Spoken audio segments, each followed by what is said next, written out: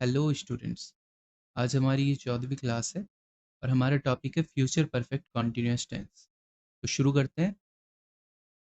सबसे पहले देख लेते हैं कौन सी वर्ब्स का यूज़ होगा फ्यूचर परफेक्ट कॉन्टिन्यूअस टेंस में। तो इसमें विल शैल के साथ हैव और बीन, उसके साथ में वर्ब की आईएनजी फॉर्म का यूज़ किया जाएगा। इसकी पहचान क्या रहेगी? रहा होगा, रहेगा या रही होगी, रहेगी आदि शब्दों के साथ भविष्य में, फ्यूचर में किसी काम के जारी रहने का टाइम दिया होगा, है ना, कि उस टाइम पीरियड तक ये काम जारी रहेगा। फॉर एग्जाम्पल, वह 5 घंटे तक सोते रहेंगे, है ना, या तुम 5 घंटे तक सोते रहोगे। तो ये बता दिया कि कितने घंटे तक सोते रहेंगे वो। अब देखते हैं हम स्ट्रक्चर। अफर्मेटिव की स्ट्रक्चर है, सबसे पहले सब्जेक्ट, फिर विल या शैल, हैव, बीन, वर्ब की आईएनजी फॉर्म, ऑब्जेक्ट, फॉर और टाइम। इसमें सिंस नहीं लगेगा, फॉर आएगा, है ना। सिंस का यूज तब करते हैं जब किसी काम को शुरू करने का टाइम दिया हो। अब क्योंकि शुरू करने का टाइम तो है नहीं, खत्म होने तक का टाइम है, तो फॉर या टिल इसमें यूज कर सकते हैं, फॉर का यूज करेंगे यहाँ। अब एग्जाम्पल देख लेते हैं। तुम 5 घंटे तक रोहन की प्रतीक्षा करते रहोगे। अब जो हमारा पैटर्न है, जो हमेशा करते हैं हम, सबसे पहले वर्ब ढूंढनी है, फिर सब्जेक्ट, उसके बाद ऑब्जेक्ट ढूंढना है। तो हम देखते हैं काम क्या हो रहा है, प्रतीक्षा करने का। तो काम हो रहा है हमारा वेट करने का। वेट की आईएनजी फॉर्म हो जाएगी वेटिंग। फिर देखते हैं कौन करेगा, तुम। तो ये क्या हुआ, हमारा सब्जेक्ट, यू हमारा सब्जेक्ट हो गया। और ऑब्जेक्ट क्या है, रोहन की प्रतीक्षा, ठीक है। तो फॉर रोहन, ठीक है। और ये टाइम हो जाएगा आपका 5 घंटे तक। तो हम करते हैं शुरू। सबसे पहले सब्जेक्ट लगाएंगे यू, यू के साथ विल का यूज करेंगे, विल, हैव, उसके बाद है बीन, वर्ब की ING form waiting, object for Rohan,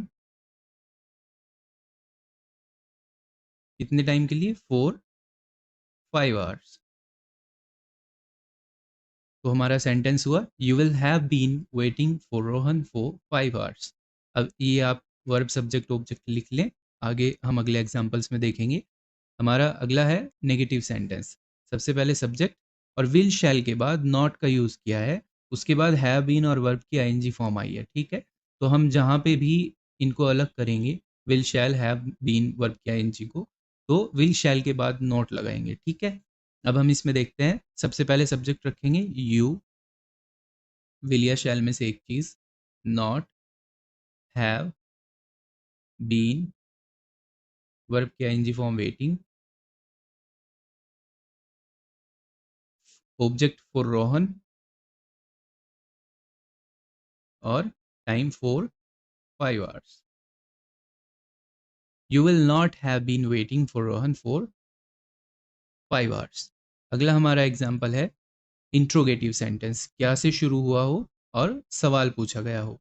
सबसे पहले विल शैल आएगा, फिर सब्जेक्ट, हैव बीन वर्ब की आईएनजी फॉर्म, ऑब्जेक्ट और फोर के बाद टाइम। तो सबसे पहले हम विल शैल यूज करते हैं, will, subject you, have been, verb की ING form waiting, object for Rohan और टाइम फॉर 5 आवर्स, ठीक है। Will you have been waiting for Rohan for 5 hours. अगला हम देखते हैं हमारा सेंटेंस का टाइप, इंटरोनेगेटिव, क्या से सवाल भी पूछा हो और सेंटेंस के बीच में नहीं भी कहीं पे आया हो, है ना। तो सबसे पहले विल शैल और सब्जेक्ट के बाद नॉट, बाकी की स्ट्रक्चर सेम रहेगी। विल लिखेंगे, फिर subject you, not, have been, verb की ING form waiting, object for Rohan और फॉर टाइम, कितने टाइम के लिए, 5 hours. Will you not have been waiting for Rohan for 5 hours. अगला एग्जाम्पल देखते हैं, डब्ल्यू एच टाइप इंट्रोगेटिव, सवाल पूछा हो और बीच में डब्ल्यू एच वर्ड आया हो। यहाँ हमने कहाँ शब्द का यूज़ किया है, सबसे पहले डब्ल्यू एच वर्ड लिखेंगे, वेयर, फिर विल या shall, will, subject you, have been, verb की ING form waiting, for, object आपका Rohan for time 5 hours. Where will you have been waiting for Rohan for 5 hours? अगला हम सेंटेंस देखते हैं. WH type intro negative, यानी WH word भी आया हो उसके साथ नहीं भी आया हो. तो WH वर्ड सबसे पहले लिखेंगे वेयर, फिर विल या शैल में से एक चीज, सब्जेक्ट आपका यू हैव बीन, वर्ब के ING form waiting, object for Rohan, फिर फोर और time 5 hours. Where will you have been waiting for Rohan for 5 hours. देखिए यहाँ पे ना हम नॉट लिखना भूल गए हैं, है ना. तो सब्जेक्ट के बाद नॉट आएगा यहाँ पे स्ट्रक्चर में, और यहाँ भी सब्जेक्ट के बाद वेयर विल यू नॉट, यहाँ पे नॉट आएगा इसमें. इसके बाद देखते हैं होमवर्क क्या है इसमें आज के लिए. तुम 2 घंटे तक सड़क पर टहलते रहोगे. यू हैव, इसमें सबसे पहले हम वर्ब देख लेंगे क्या वर्ब है. तो ये टहलना हो गया वॉकिंग, वर्ब की आईएनजी फॉर्म यहाँ पे लिख लेंगे वॉकिंग. कौन टहलेगा, ये आपका सब्जेक्ट हो गया तुम, और सड़क पर आपका ऑब्जेक्ट होगा, 2 घंटे आपका समय होगा, टाइम होगा. ठीक है, तो इसके हिसाब से आप कर लेंगे. दूसरा सेंटेंस हमारा है हम इस प्रश्न पत्र को 3 घंटे तक हल करते रहेंगे. काम क्या हो रहा है इसमें, हल करने का, ये वर्ब होगी. ठीक है, तो हल करने को कहते हैं सॉल्व. सॉल्व की आईएनजी हो जाएगी सॉल्विंग. ठीक है, कौन करेगा, हम, ये हुआ सब्जेक्ट, और इस प्रश्न पत्र को, ये हुआ आपका ऑब्जेक्ट. दिस क्वेश्चन पेपर, और 3 घंटे आपका टाइम हो गया, फोर लगा के फॉर 3 hours कर देंगे. अगला हमारा सेंटेंस है मोहन 2 दिन तक साइकिल चलाता रहेगा. काम क्या हो रहा है, साइकिल चलाने का. तो ये वर्ब हुई हमारी, वर्ब क्या हुई, साइकिल जब चलाते हैं तो उसको राइड बोलते हैं. इसकी आईएनजी फॉर्म हो जाएगी राइडिंग. कौन चलाएगा, मोहन, ये आपका सब्जेक्ट हुआ, और साइकिल आपका ऑब्जेक्ट हुआ, और 2 दिन तक आपका टाइम हो गया. अगला सेंटेंस है मेरा मित्र 15 मिनट तक सोता रहेगा. क्या काम करेगा, सोता रहेगा 15 मिनट तक, है ना. क्लोरोफॉर्म आपने उसको दे दी है, और अब वो सोता रहेगा पढ़ के. तो आपने वर्ब लिखनी है सबसे पहले स्लीपिंग. सब्जेक्ट कौन है आपका, मेरा मित्र, तो ये आपका सब्जेक्ट हुआ, और 15 मिनट तक आपका टाइम हुआ. ऑब्जेक्ट इसमें है नहीं, तो ये आपके सेंटेंसेस हुए, इनको आप कर लेंगे. ये हमारा पास्ट परफेक्ट कॉन्टिन्यूस का होमवर्क है, उसको मैच कर लेना है. बच्चा 10 मिनट से चिल्ला रहा था, सॉरी